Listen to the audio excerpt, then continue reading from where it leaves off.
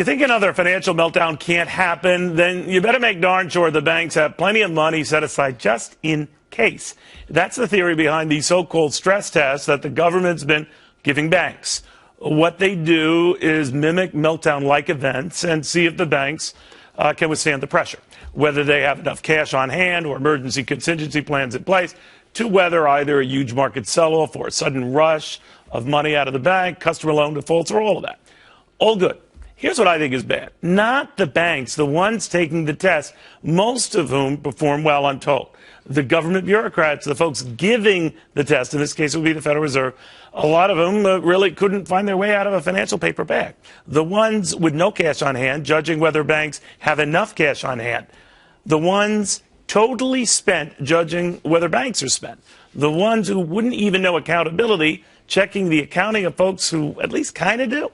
Kind of stuff. This is ridiculous. It would be like me judging a fitness contest. Do not go there. Or let's say Bill Clinton pitching a marriage counseling service, or Vladimir Putin doing "Come to Red Square, the weather's beautiful" service, or Bruce Jenner doing spots for Men's Warehouse. Work with me.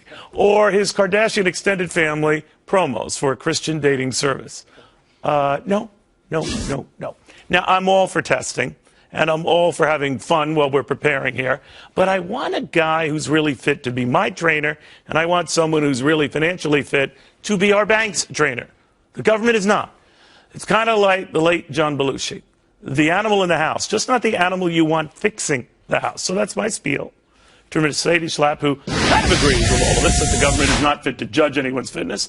To Bernard Whitman, who disagrees, because I think your view, Bernard, is that there's no one else to judge the fitness, right? Yeah, I mean, the fact is the American people strongly support this. We need it. We need to have these protections. And, in fact, the fact that this week 29 of the 31 banks passed the stress test, huge news for the economy.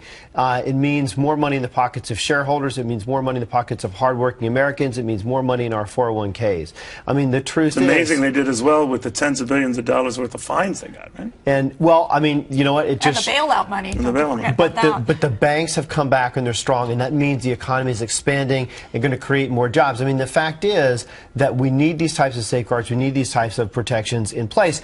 And I actually think that the government metrics are pretty good. I mean, after all, the deficit is down by 2/3 since Obama took office. It's been cut by $1 trillion. More in debt. The deficit annually